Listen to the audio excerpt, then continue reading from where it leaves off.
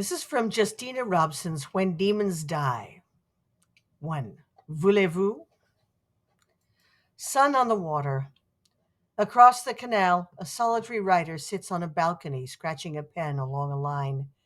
A poet, if my guess about the line length is right, if the pauses between lines are a reflection of the effort it takes to form them.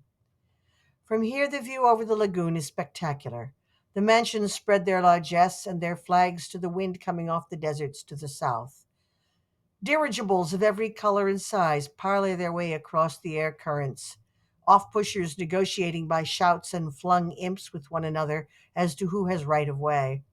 The flotillas of the great and the badass romp in stately masses high over all.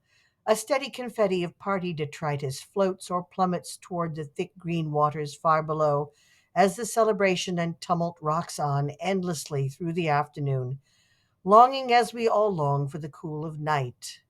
What a boring lot of dolts. I'd incinerate the lot if I could be arsed. My rooftop gardens are hot. The grass is drying out. Matches hiss, flare, pop into life as I flick them with my thumb claw. Zzz, fla. They burn slowly along their length and turn to embers in my fingers. I'm 28 today, late 20s when most demons hit the crise majeure and ask themselves the eternal questions. When am I going to die? Have I left it too late? What if I end up like those wretched creatures crawling the tea houses like flies, sucking the dregs? Those wretches putter around all noddle-noggin as they yatter on about a family feud that's lasted 1,000 years, or they plot for the umpteenth time to poison their brother and then go cheat their friend at cards in the hopes that someone will lose enough temper to raise a ruckus. But they never do. There are only two fates for the old in daemonia. Shameful senility like that is the first, leading towards ultimate petrification, your form shriveling to a size on a par with your remaining mojo. Or there's the desert. In the desert, rent from civilization and all the petty shit that drove you, madness awaits to consume you with its gibbering maw, nothing but teeth and hunger. You become big as a house as you lose your grasp on everything, decaying, eating everything that comes your way and doesn't eat you first. Ultimately, if you survive, you're an etheric trash can.